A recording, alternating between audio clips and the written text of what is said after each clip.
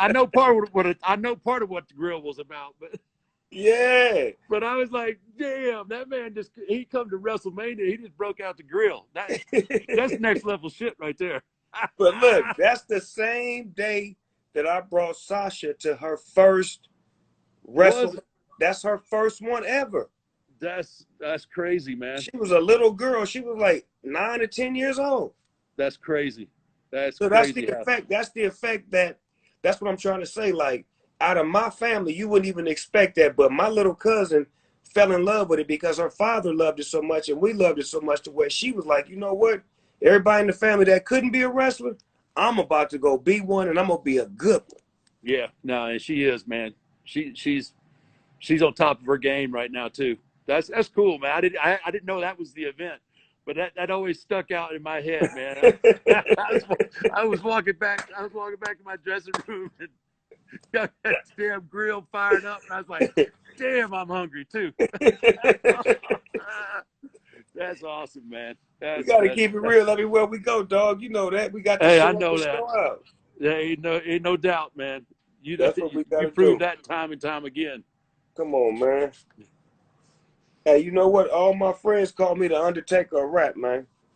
Hey, you could be called a lot worse. That, you know why? Because you buried everybody else, dude. That's a fact. That's a fact. You have buried them all, brother. And when anybody, I don't know.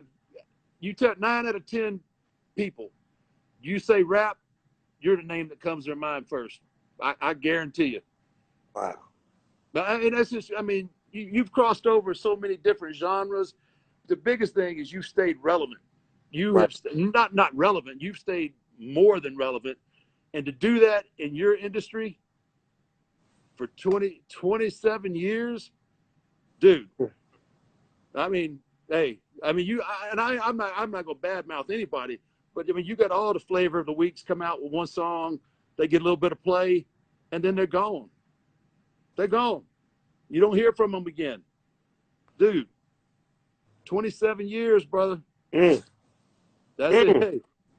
Hey, it ain't slowing down either. No. We just putting our foot on the gas pedal. Just putting it on. And I'm just trying to find a different car to drive because I done wore the brakes off this one.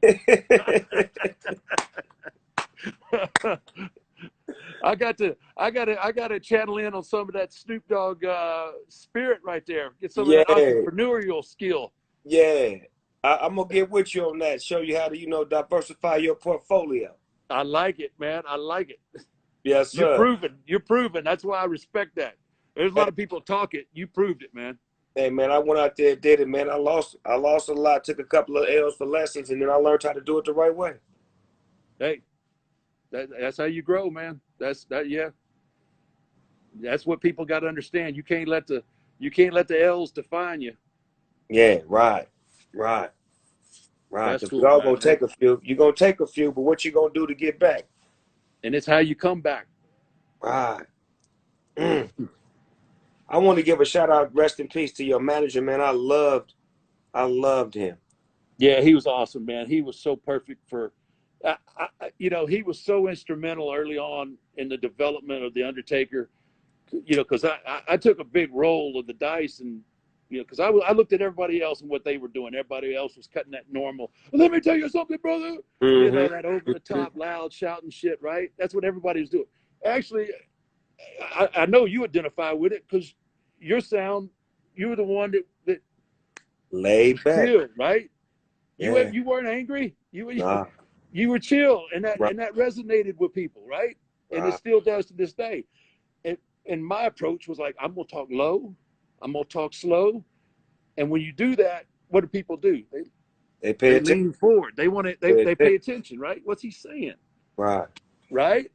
And then I had Paul Bear there, who was the complete. He was fucking off the hook. He was off the fucking chain.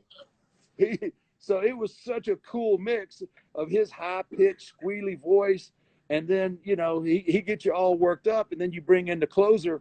Like, yeah, I'm gonna take your ass and I'm gonna bury you 6 feet under, and worms are gonna eat your rotten soul. And people never like, did he just say that shit? Now he what? And that was just, you know, that's. But Paul, man, back to your point, man. Paul's awesome, man. You know, I owe him so much, uh, just from the development early on. You know, it hurt me. It hurt me when we split up. You know, that wasn't my idea. I thought we had a few years left before, you know, something like that was going to happen. And he's just a good dude too, man. He was just a good dude. Loved to play a practical joke on a brother, man. He was so funny. But man, Y'all I had miss. more great times than bad times. That's the Oh, key. yeah. Hey, Way more. yeah. All my memories of Paul are fond, man.